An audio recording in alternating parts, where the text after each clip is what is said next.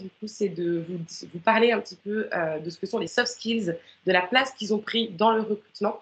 Donc, n'hésitez pas, en tout cas, à poser vos questions dans l'onglet chat. J'y répondrai, enfin, dans le petit onglet de discussion de Teams. Je serai ravie d'y répondre à la fin. Et de toute façon, je vous enverrai mon adresse mail et vous pourrez tout à fait m'écrire si vous avez d'autres questions. Alors, pour me présenter rapidement, je m'appelle Marine Piluquelet. Je travaille chez Rocket School. Rocket School, on est une école spécialisée dans les métiers de la vente et du marketing digital. On est une école gratuite et en fait, nous, notre process de recrutement est justement basé sur les soft skills. Donc, d'où l'intérêt du coup de ma présence aujourd'hui. On a deux formations, une formation bachelor et une formation master. La formation bachelor est accessible, donc c'est des formations en alternance, hein, dans un écosystème startup en B2B, donc dans les métiers du commerce et de la vente. Et donc, une formation bachelor à laquelle vous pouvez accéder sans diplôme, sans bac, et une formation master qui est accessible du coup avec un bac plus 3. Alors, on va pouvoir commencer. Je vous présenterai un petit peu plus en détail les formations après, parce que c'est en lien avec la présentation d'aujourd'hui. Donc, au programme de notre présentation, donc je vais vous présenter donc, les soft skills. Qu'est-ce que c'est Qu'est-ce que c'est que ce mot Les nouvelles approches de recrutement, justement, liées autour des soft skills. Quels sont les soft skills les plus recherchés du coup en 2022 La valorisation des soft skills en entretien. L'approche Rocket School, donc c'est pour ça que je vais vous présenter un petit peu Rocket School et pourquoi nous, on s'axe vraiment sur les soft skills.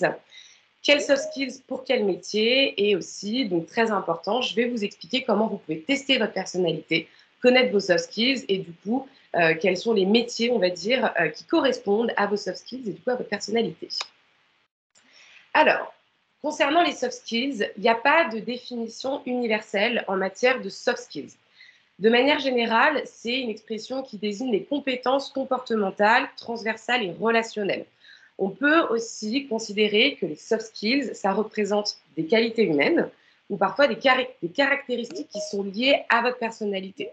Elles sont complémentaires aux compétences techniques ou administratives qu'on appelle les hard skills. Donc, qui sont vraiment les compétences que vous allez acquérir dans le cadre de la formation, à l'école, au travail, etc. Donc, en fait, de manière générale, les soft skills, c'est des aptitudes qui ne s'acquièrent pas uniquement par les études scolaires, d'accord, universitaires ou formations spécifiques. Donc, elles peuvent se développer dans des activités non professionnelles, extrascolaires telles que le bénévolat, par exemple, le sport ou alors le coaching. En fait, si vous voulez, les soft skills, c'est des facultés personnelles qui permettent à chacun d'en savoir, en plus du savoir technique, on va dire, d'être plus performant dans son emploi. Alors, c'est une notion très large, effectivement. C'est pas facile de s'accorder sur une définition, on va dire, claire et précise d'un soft skill. En France, on parle généralement, donc, comme je vous ai dit, de savoir-être, de compétences douces, qui est vraiment la traduction littérale de soft skill. Mais qu'est-ce que ça veut dire vraiment En fait, ça recouvre une galaxie de concepts différents. Donc, c'est des aptitudes, ce sont des qualités, ce sont des compétences liées à la personnalité de chacun. Mais pour y voir plus clair, on distingue trois concepts dans les soft skills. Vous avez d'abord les traits de personnalité. Donc, ça peut être l'introversion, ça peut être l'extraversion, ça peut être l'optimisme. Vous avez aussi les états émotionnels, donc l'enthousiasme, la conscience de soi, l'empathie. Vous avez les compétences aussi, qui sont donc, par exemple le sens de la communication, l'élocution, le sens de l'écoute, l'esprit d'équipe, etc. Donc, en fait, pour être exhaustif, si vous voulez, les soft skills, ce sont l'ensemble des aptitudes et des compétences qui ne sont pas techniques et qui nous permettent d'évoluer dans la vie, que ce soit la vie personnelle ou la vie professionnelle. Il faut savoir, en tout cas, vous avez peut-être vous-même déjà entendu parler des soft skills, pardon, et tout le monde a sa propre vision des soft skills et donc sa propre manière de qualifier les soft skills. Donc, comme je vous ai dit, on parle de compétences humaines, de qualité relationnelle, de compétences comportementales, etc. Alors, comme vous pouvez voir, vraiment, on distingue les soft skills des hard skills. Donc, comme vous pouvez voir, la définition des soft skills, je vous l'ai déjà donnée. Donc, c'est les qualités humaines liées à la personnalité. Par exemple, donc l'intelligence émotionnelle, l'empathie, la capacité d'écoute. Les hard skills, à droite, donc on est vraiment sur des compétences techniques qui ont été acquises, du coup, à l'école, à l'université, dans le cadre de vos études, au travail. Donc, c'est du savoir-faire. C'est pas du savoir-être, c'est du savoir-faire. Donc, par exemple, la maîtrise d'une langue étrangère, la maîtrise d'un logiciel informatique, d'un langage de programmation, etc.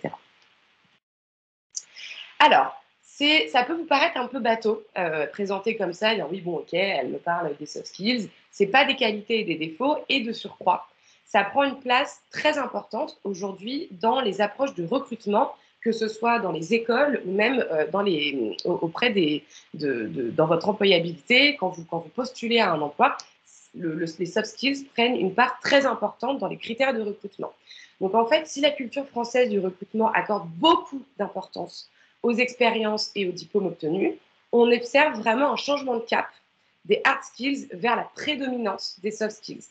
Mais ils prennent aussi, comme je vous ai dit, une énorme place du coup dans les entretiens pour certaines formations. Et l'idée étant de proposer une formation adaptée aux soft skills de chacun. Nous, à Rocket School, pourquoi par exemple on a cette approche de recrutement via les soft skills, c'est qu'on part du principe qu'on veut mettre la bonne personne au bon endroit. De surcroît, si vous êtes dans un process de reconversion, l'idée c'est qu'on puisse vous dire si oui ou non, vous allez pouvoir vous éclater dans votre job. Alors, vous pensiez, du coup, j'imagine, que seules vos compétences techniques allaient vous permettre de décrocher le poste de vos rêves. Eh bien non. Les dernières études, vraiment, comme vous pouvez voir, mettent en avant l'importance des soft skills dans le processus de recrutement. On peut, par exemple, citer l'étude réalisée en 2019 par Cadre Emploi, qui fait état que 62% des cadres et des dirigeants, sont prêts en fait à recruter des candidats principalement sur le soft skills. Donc c'est énorme. Et vous avez aussi la DAR, qui est donc la direction de l'animation, de la recherche des études et des statistiques, du coup, qui précise que 60% des critères requis pour la qualification d'un emploi relèvent des soft skills et que 34% des personnes sondées estiment que les soft skills sont aujourd'hui le premier critère de recrutement.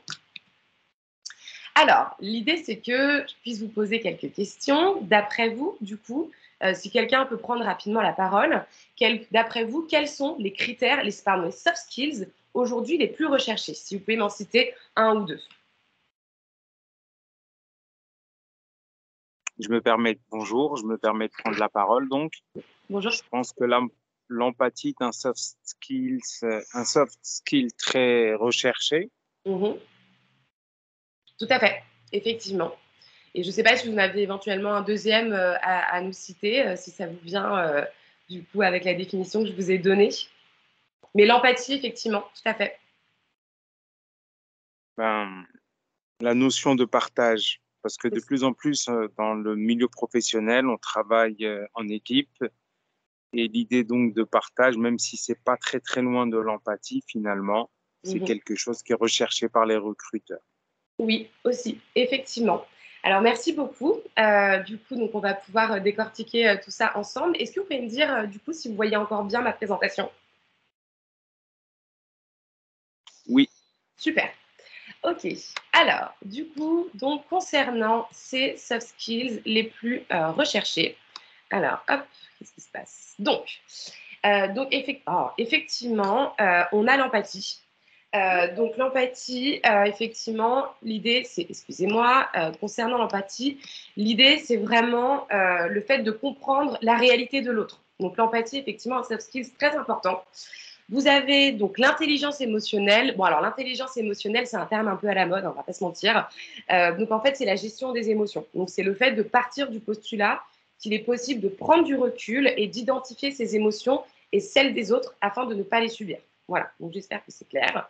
Vous avez la confiance aussi. Donc la confiance, c'est pas forcément la confiance en soi. Donc effectivement, il y a la confiance en soi pour faire face, du coup, mais aussi il y a la confiance aux autres et la confiance en l'avenir. Ça, c'est très important. Vous avez aussi donc la résolution de problèmes.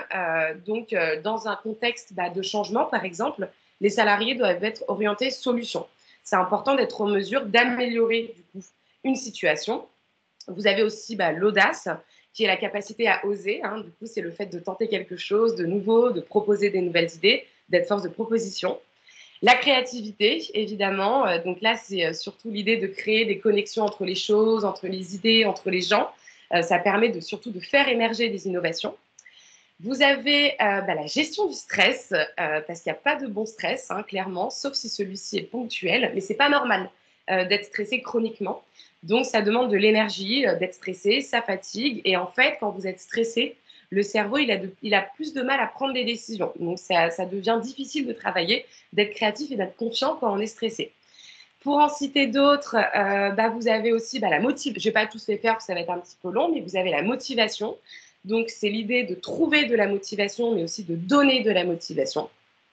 L'idée, c'est de s'entraîner à donner un sens à ce qu'on fait. C'est important d'être motivé tous les matins par ce qu'on fait. C'est important que ça nous anime. Et quand on perd, par exemple, l'envie d'aller courir, mais que finalement, on y va parce qu'on voit plus loin, et on sait que ça va nous aérer, que c'est bon pour la santé, que c'est important pour surveiller son poids. Donc, voilà, c'est important vraiment de garder la motivation.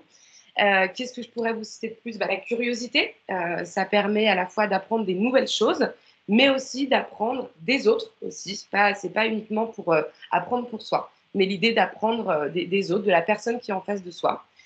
Et du coup, c'est le fait vraiment d'apprendre à apprendre en permanence, surtout dans l'écosystème auquel nous on forme Rocket School, dans l'écosystème lié au métier du commerce. C'est très important d'avoir cet aspect curiosité. Alors, si quelqu'un souhaite prendre la parole, j'aurais besoin, si on a des volontaires, de connaître vos 2 soft skills winners, on va dire. Donc, quels sont chez vous, d'après vous, les soft skills qui prédominent chez vous, du coup? Est-ce que quelqu'un souhaite prendre la parole? Allez, alors sinon, je demande à quelqu'un. Quelqu'un pourrait nous dire quels sont ces soft skills prédominants? Le mien, soft skills, ou disons mes soft skills les plus prédominants sont la créativité Ouais. et l'empathie. Ok, super. Alors, on va pouvoir voir de toute façon très bien, donc, créativité et empathie. Ça ferait de vous, je pense, un bon entrepreneur, par exemple. Mais du coup, je vais vous montrer comment on peut du coup, traduire ces résultats et comment ça peut vous orienter sur un métier. Est-ce que quelqu'un d'autre souhaite nous faire part de ces soft skills? Bon, il est peut-être un petit peu tôt, c'est pour ça. Ok. Alors, ce qui est important, c'est une bonne nouvelle, c'est qu'il ne faut pas se dire, moi j'ai telle et telle soft skills, c'est comme ça, c'est une réalité, c'est un fait et ça ne bougera pas. Bien au contraire, tout le monde est créatif, tout le monde est capable de travailler en équipe, tout le monde a un sens de l'écoute, mais tout le monde n'a pas le même degré de compétence. Ok. Quand chez certains, la créativité sera innée, chez d'autres, ce sera par exemple la capacité à résoudre des problèmes. Mais la bonne nouvelle, comme je vous ai dit, c'est que tout le monde peut développer ses soft skills. Donc, on a des coachs, par exemple, aujourd'hui, qui vous permettent de développer vos soft skills, de mettre en avant certains soft skills, de les développer, de travailler dessus. Ce n'est pas une fin en soi. Ce n'est pas vos traits de caractère innés, d'accord? C'est vraiment des choses sur lesquelles vous pouvez évoluer, vous pouvez travailler. Et ça fait un bien fou, d'ailleurs, quand on se rend compte qu'on peut avancer et travailler sur ces soft skills. Donc, le sens de l'écoute, par exemple. On va prendre ce soft skills-là. C'est un soft skills qui se travaille en prenant le temps d'être attentif à ce que l'autre dit, tout par exemple comme la pensée critique qui se travaille en faisant l'effort de prendre du recul sur les situations et en remettant en question ce qui est acquis et mis en place. Donc vraiment, les soft skills, c'est un apprentissage de tous les jours. Et comme je vous ai dit, en fait, il y a des ateliers, des formations spécifiques, des coachs. Vraiment, n'hésitez pas à vous renseigner autour de vous sur les choses qui ont été mises en place aujourd'hui et qui permettent de mieux encadrer l'apprentissage de vos compétences douces. Alors, comment mettre du coup en avant ces soft skills? Parce que l'idée, c'est OK, faire un état des lieux de ces soft skills, c'est apprendre à se connaître, c'est très important. J'y reviendrai un petit peu plus en détail après. Mais l'idée, c'est de vous présenter, de savoir comment les mettre en avant dans le cadre d'une recherche de formation ou de la recherche d'un emploi. Alors, l'idée, il y a un petit bug. Hop. Donc, voilà. Donc, l'idée, en fait, alors, effectivement, ce n'est pas évident de valoriser ces soft skills parce que ce n'est pas quantifiable, d'accord? Il n'y a aucun diplôme aujourd'hui qui décerne noir sur blanc la capacité à s'adapter ou sa créativité. Mais heureusement, du coup, vous avez des manières de mettre en avant vos valeurs et vos compétences douces. Donc, dans votre CV, déjà, n'hésitez pas, ça se fait de plus en plus, à créer un encart dédié dans lequel vous listez vos principales soft skills. L'idée, c'est de ne pas tous les mettre et que ça ne prenne pas trop de place, mais n'hésitez pas à les mettre en avant, c'est très bien vu aujourd'hui. Allez-y, mettez en avant vos soft skills. Vous pouvez aussi les mettre en avant dans votre lettre de motivation. Vous pouvez indiquer, donc, dans la lettre de motivation, vos qualités personnelles, vos compétences les plus importantes, en rédigeant une phrase, par exemple, mes différentes expériences, professionnelles comme personnelles, m'ont amené à cultiver un esprit d'analyse et à travailler méthodiquement. Enfin, c'est très simple, ça résume votre expérience et les soft skills que vous avez acquis au travers de votre parcours. Évidemment, on ne va pas mettre en avant les mêmes soft skills pour toutes les situations, d'accord? Certains soft skills correspondent mieux à certaines activités qu'à d'autres. Et enfin, vous pouvez le prouver en entretien. Donc, par exemple, par rapport à l'écoute, prouvez que vous êtes à l'écoute, de bien écouter ce que vous dit le recruteur, de bien rebondir sur ce que vous dites, n'êtes pas juste focus sur le pitch que vous avez appris, ce qu'il fallait absolument que vous disiez au recruteur. Non, l'idée, c'est de prouver que vous êtes dans de l'écoute active, la gestion du stress aussi. Voilà, ça fait partie des choses que vous pouvez vraiment mettre en avant en entretien et que vous aurez mis en avant sur votre CV, sur votre lettre de motivation. Alors, je vais vous parler rapidement de Rocket School, donc l'école pour laquelle je travaille. Donc, comme je vous ai dit, nous, Rocket School, pour vous resituer, on forme au métier du commerce, du marketing et de la satisfaction client avec un gros focus sur l'approche digitale. D'accord? Parce que effectivement, le digital, vous avez pu vous en rendre compte, donc qui est la version anglaise du mot numérique, a pris une place très importante dans nos vies. Du coup, on vous forme à être performant, à être des commerciaux 3.0, avec une approche digitale dans l'écosystème startup en B2B. Donc, l'idée, c'est que pourquoi je parle de Rocket School, c'est pas uniquement pour vous parler de cette formation. C'est une formation qui est gratuite aussi.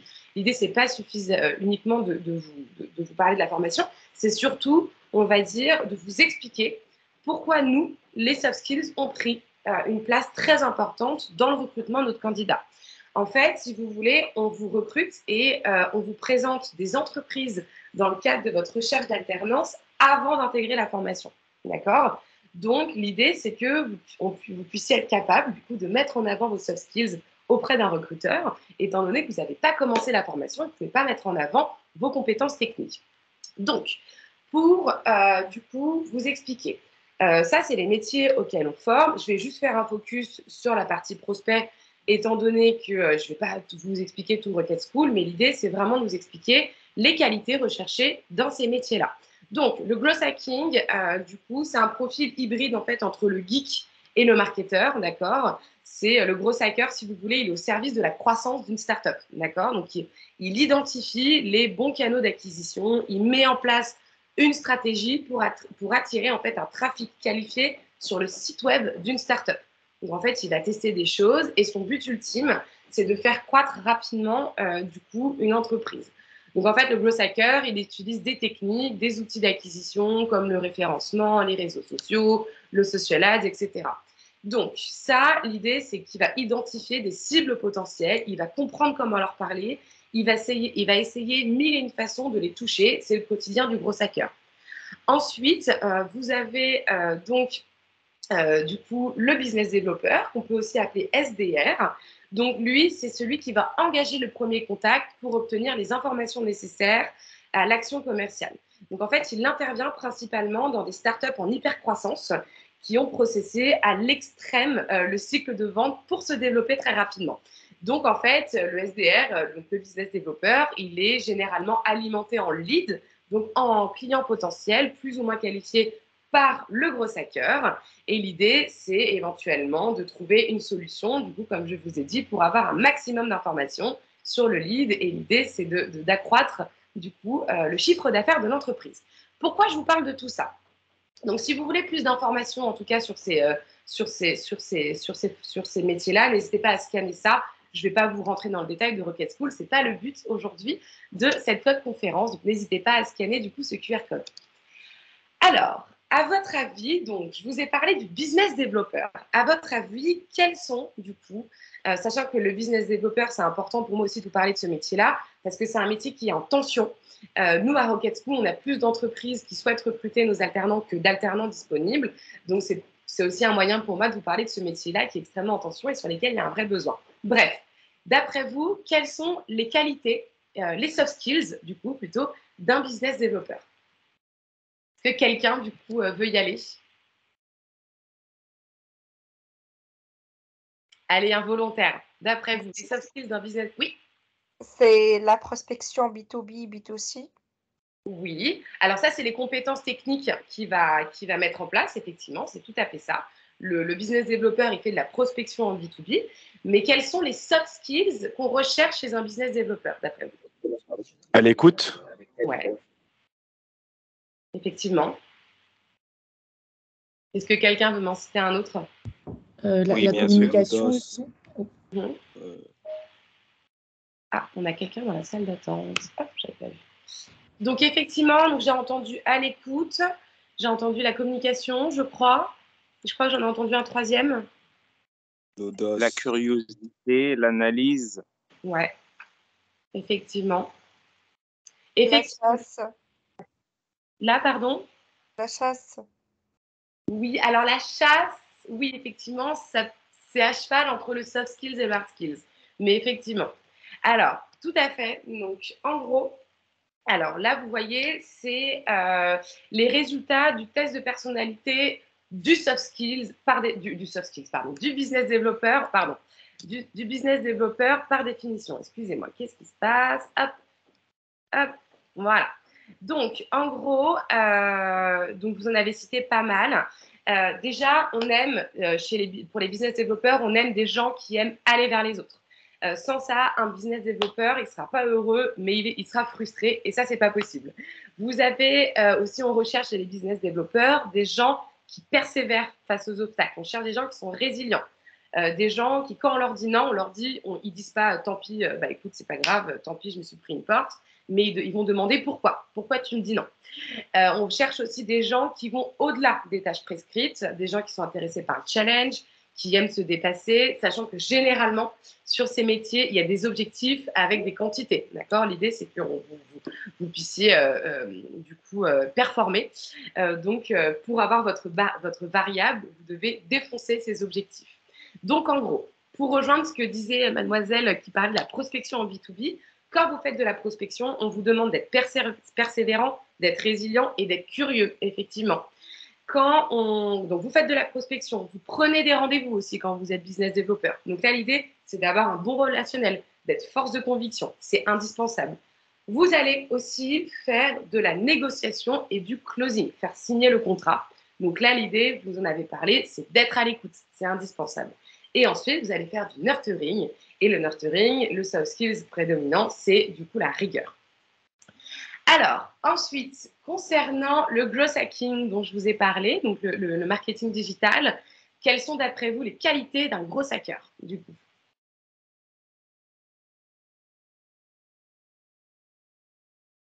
Est-ce que quelqu'un veut se lancer, sachant que c'est un petit peu plus pointilleux, c'est un peu moins connu que le business développeur, mais est-ce que quelqu'un aurait quelques soft skills à me citer, même si c'est voilà, l'idée c'est Bah là, je pense pour le coup, il y a la.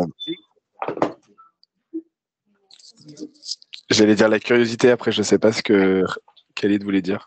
effectivement, la curiosité, je crois que c'est le soft skills recherché chez le gros hacker. Donc, ce qui est important, alors il y en a plusieurs. Du coup, alors attendez, on est bien sur les soft skills. Oui, c'est ça. Oups, décidément. Donc, effectivement, donc, le gros hacker, alors attendez, j'ai l'impression qu'il y a un petit bug. Hop, voilà. Donc, le gros hacker, effectivement, est-ce qu'on est bien du coup? J'ai l'impression que c'est le même. Non, c'est bon. Donc, le gros hacker, effectivement, c'est quelqu'un qui va être très curieux. L'idée, c'est qu'il puisse aller rechercher tout le temps des nouvelles techniques et des nouvelles méthodes digitales ou autres de marketing digital pour générer un maximum de flux entrants vers sa startup. C'est pas quelqu'un qui recherche de la stabilité, d'accord? Le gros hacker, lui, il va tout le temps se remettre en question, rechercher des nouvelles techniques. Donc, c'est pas quelqu'un qui va être monotache du tout. La stabilité, c'est pas pour lui. C'est effectivement, donc ça fait partie de la curiosité, c'est quelqu'un qui va aller au-delà des tâches récurrentes qu'il va avoir. L'idée, c'est qu'il va tout le temps aller rechercher des nouvelles choses, des nouvelles techniques, du coup, et se renouveler sur ses compétences. C'est aussi quelqu'un qui persévère face aux obstacles. Pourquoi? Parce qu'en fait, dans le gros hacking, vous faites beaucoup de test and learn. Donc, test, fail and learn. Vous testez, vous apprenez. Quand vous vous plantez, vous apprenez aussi du fait que vous vous êtes planté. Donc, c'est pas grave. Il va se planter, il va se dire ça marche pas. Je vais aller au-delà de ça, je vais chercher une nouvelle technique. C'est quelqu'un qui sort. Alors, l'organisation aussi, c'est indispensable, hein, parce que quand vous avez pas mal de techniques, de méthodes qui sont mises en place, voilà, vous mettez en place plein de stratégies d'automatisation digitale. L'idée, c'est d'être bien organisé parce que sinon, vous vous plantez, vous vous paumez et vous n'arrivez pas à avoir de la data intéressante, du coup, pour avoir du recul sur ce que vous avez mis en place. C'est quelqu'un forcément qui s'adapte au changement, hein, parce que comme il se remet en question tout le temps et qui va évoluer dans ses missions, et ben, il s'adapte, il fait preuve d'adaptabilité et il fait preuve d'inventivité aussi, parce que c'est lui qui va avoir les idées de mettre en place des nouvelles techniques du coup, de marketing digital. Alors, pourquoi je vous parle de tout ça aussi? C'est parce que l'idée, c'est avec les soft skills, c'est de mieux se comprendre et de mieux se connaître. Ça peut être que positif pour vous épanouir. Donc, effectivement, quand vous allez bosser, c'est pour avoir un salaire, mais ce n'est pas uniquement pour le salaire et l'environnement dans lequel vous êtes. Il faut que vous soyez et que vous fassiez une activité plutôt qui est en accord avec vos soft skills. Le rôle du travail, c'est pas de trouver le bonheur absolu, mais si on s'y épanouit, c'est quand même mieux, surtout vu le nombre d'heures qu'on y passe. De toute façon, je vais vous envoyer après une petite présentation PDF dans le chat avec, parce que là, effectivement, je me suis axée sur les métiers du commerce et de la vente, mais sur une présentation PDF sur les soft skills qui sont recherchés sur la plupart des corps de métier. Donc, l'idée, c'est de vraiment, surtout comme je vous ai dit, quand vous êtes dans un process de reconversion professionnelle, eh ben, faites un test de personnalité, j'y viens juste après. Comme ça, vous connaissez vos soft skills et vous pourrez avoir déjà une idée des métiers dans lesquels vous allez vous épanouir et aussi, du coup, performer. Alors, nous, l'outil de test de personnalité qu'on utilise à Rocket School, c'est Assess First. C'est un algorithme, hein, c'est une intelligence artificielle, mais c'est un bon outil pour déceler les soft skills déterminants chez chacun. En gros, c'est un test de personnalité en ligne, 200 questions, 45 minutes. Vous avez accès aux résultats et vous avez plusieurs manières en fait de traduire ces résultats. La plateforme est assez bien faite pour ça, donc je vais pouvoir justement vous montrer. En gros, du coup, ce que je vais vous montrer les résultats de mon test de personnalité. Donc, on va pouvoir regarder ça ensemble et vous allez pouvoir voir en fait comment du coup, au travers de mes critères de soft skills, Assess First va me guider vers tel ou tel métier. Alors, hop. Donc, je vais vous partager du coup un nouvel onglet. Une fenêtre. Hop.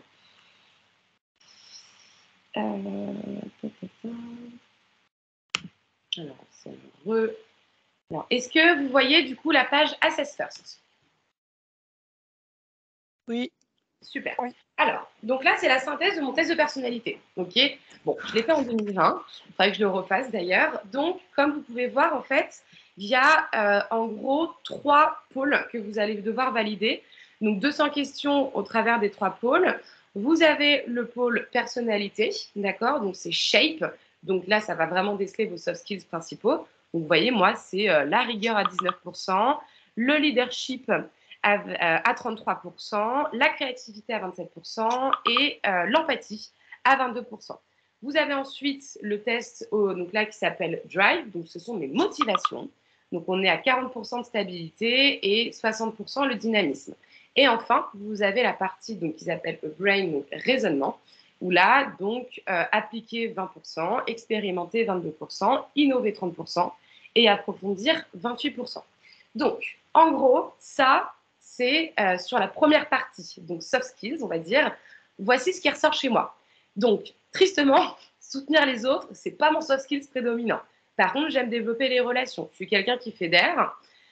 L'organisation, c'est malheureusement pas mon fort. Je m'en rends compte en plus, hein, c'est pas du bullshit ce qu'ils m'ont dit à Assess First. Effectivement, j'ai un petit problème avec l'organisation, mais je fais preuve en tout cas de réactivité. Je suis quelqu'un de très enthousiaste et j'aime entreprendre. La gestion du stress, je travaille dessus, sachez-le, avec un coach qui me permet du coup d'avancer sur ma gestion du stress.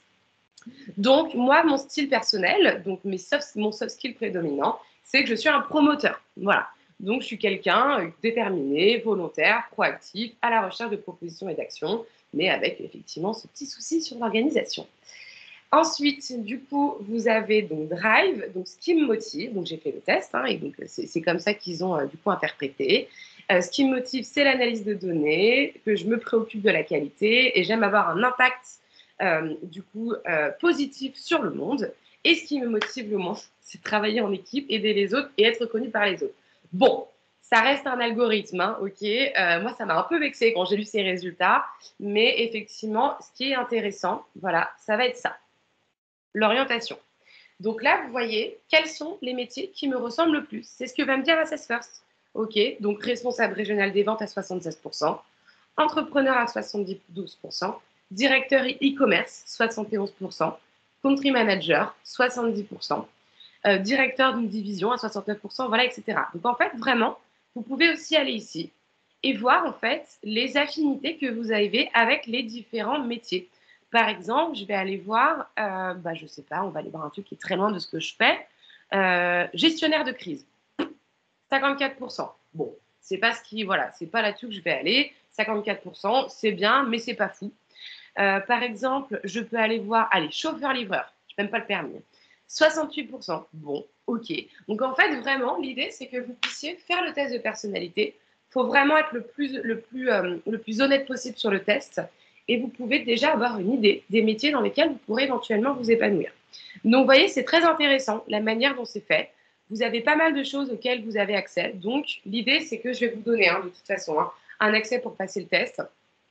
Mais vous êtes sur des on va dire, c'est pas juste un outil qui vous dit, vous êtes quelqu'un de déterminé, d'organisé. Non, l'idée, c'est que vous puissiez aussi accéder à des tests de compatibilité avec les différents corps de métier.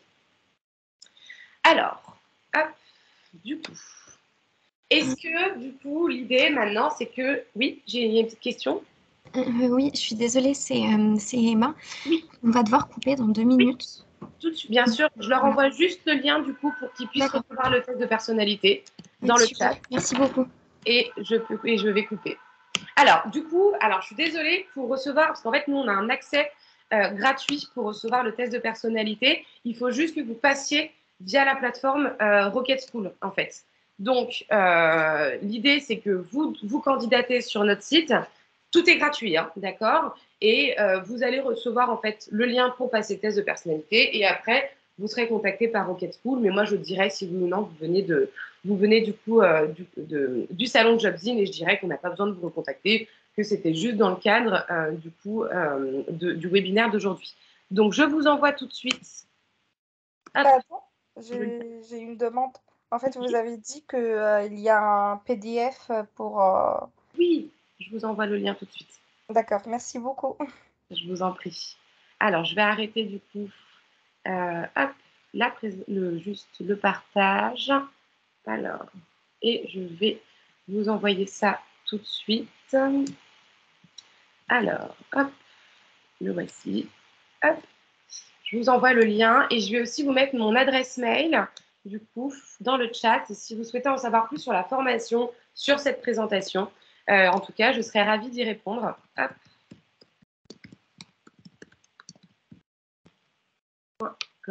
Et voilà, ils sont tous à vous, Emma. Merci beaucoup. Super. Merci beaucoup. Excellente journée, bon forum et j'espère à très bientôt. Merci, au revoir. Au revoir. Merci à vous. Merci à vous. Merci à vous. Au revoir.